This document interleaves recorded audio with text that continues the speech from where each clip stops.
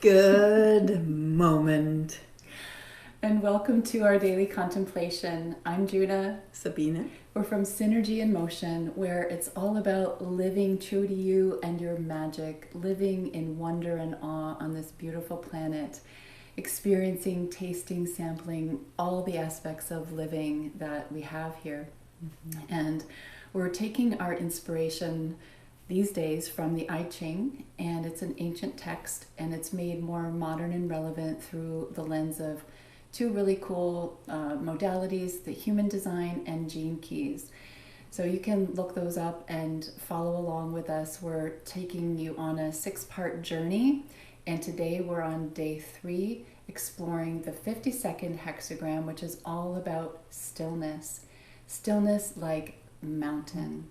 The mountain over the mountain is the symbol in the I-Ching. So it's this presence, it's this taking a temporary and self-imposed inaction for the purposes of self-reflection and assessment.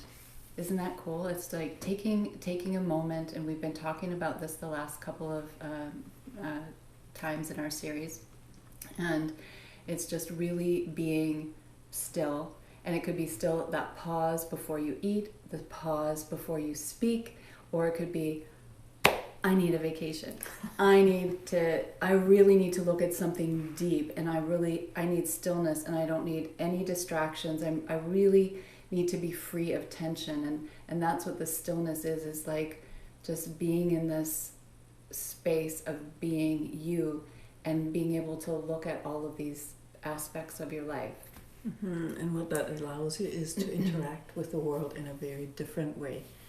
Like versus being pulled into and at the effect of everything, you take that moment and really look, where am I coming from? How am I creating my life? Mm-hmm. And in that space, it is sometimes a bit confusing. What do you do in that? How do you actually look at things? So there are 3 dynamics that are helpful to be aware of that can help you to actually come and deal with the situation in a different way. Mm-hmm. And number 1 is always choice. You always have a choice, not necessarily in the what is unfolding, but always in the how you respond to it. And the how and the who do I want to be as I look at this. Mm-hmm. Who can I be? Do I want to be positive? Do I want to be a negative Nelly? How do I want to be? And no one and nothing within you is more powerful than you unless you let it. Mm-hmm. Right? Things in the outside might be overpowering and you don't have necessarily a choice there, but you always have a choice within you of how you respond to a situation. And we all have our unique ways of being and doing that. And there are inner forces too that want to pull you this way or that way. But overall, you can say, okay, how do I want to live? How do I want to be with this? Mm-hmm. What do I choose? Does this actually create what I desire in my life? Yeah? Mm-hmm. So be aware that you have that choice within you, right? The second part is really stepping into responsibility, like claiming that choice back for you allows you to actually not be at the effect of the world. Nothing really happens to you in terms of you being a victim of it, of not having a choice of who you be in that situation. And reclaiming that allows you to, claim also your bad mood or your good mood, and making that choice. Mm-hmm. Yeah, do you want to add anything to that? No, I'm good. Just waiting for the third thing. Ooh, what will it be? So the third aspect is actually humor. Mm. When you look at fear and those powers that try to separate us from the world and to make us afraid, work with contraction, right? Ooh, I'm so afraid, and like that density in our bodies. When you bring in humor, that brings a lightness into any kind of situation that lifts you up and allows you to actually change, to make that pivot, right? So, And, I mean, how often when we go into self-evaluation or self-assessment or evaluation, we put on our serious face, like, I'm going to get this, I'm going to look at this issue and I'm going to get it right, and so I can move on. You want to be light with it, trust me. Just have this lightness, and in that stillness of the mountain, you can also be receptive and just allow life to come to you and allow different things to pop. Just check in when you're in that still space. Does more come to you when as opposed to when you're busy and trying to push through life? When you actually hang back a little bit, life will come to you in that stillness, not in the frenzy necessarily, but again, that stillness that is you, that core piece with you within. and add the humor even in that stillness, in that sacred space, right?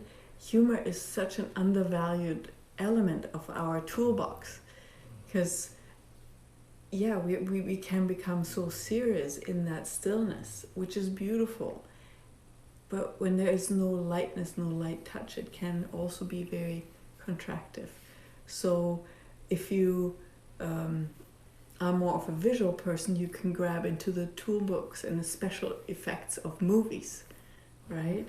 Become like Neo dodging the bullets when things fly at you, or throw that invisible cloak of Harry Potter over you, and add some fun special effects to the scenario to allow you to shift out of that seriousness within the stillness and actually change the situation.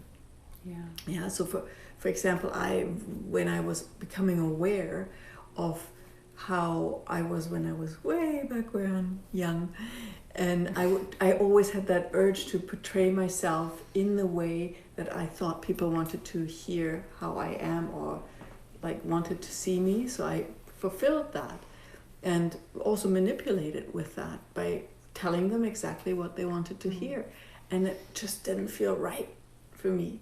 So in those moments when I could feel that urge to like paint a story just that little bit better, or in that light how I knew that person wanted to see me, I just imagined my lips being shut with a zipper. So I developed that term, zipper technology, and I imagined it's like right. So that helped me so many times through difficult situations where I didn't know with my mind how to change it, but my humor guided me right through that. And I just want to say, bring in that the 50-second hexagram. There's a quality of restraint, and today is day 3. It's about control, and it's being able to control yourself and not speak, just blurt out everything. It is that restraint that is part of that stillness of the mountain, is holding back and keeping in, which we don't really like that word in this day and age. We want freedom and we want to be able to do what we want when we want, but there's a quality of restraint. Like we were talking with friends the other day they were talking about they're grateful they have the maturity to be able to say no to the next Netflix show. Like, you know how there's a big cliffhanger after the first show, and then you can just easily watch it. So there's this quality of restraint, and say, no, 1 show is enough, or 2 shows is enough. You know, how do I really want to fill my life? Do I choose that? That choice is within you. So there is a quality of restraint, and I love the zipper technology, because that was our first day, was think before you speak. That was the keynote for that. Like, think before you speak. It's all about the pause this week. Again, in that pause, know that you have a choice, not necessarily in the what, but in the how and the who, and who you are. Yeah, and take responsibility. Step out of being at the effect and have an effect on your situation by choosing who you choose to be, and add a good dose of humor to the situation. Because fear is afraid of humor. That's something to contemplate and have fun with. Yes. So with all of this, thank you so much for joining us. We're grateful that you're here today on a beautiful Saturday. And with all of this, you are creating a whole new world today. What's it going to be? And we will see you tomorrow here at Synergy in Motion. If you're watching this in the future, like recorded or whatever, or now, please give us some likes and some hearts, share it with your friends, comment. We're also on YouTube, so if people aren't on Facebook, they can go to YouTube. Or Instagram. Instagram as well, so just adding that note. Okay, bye for now.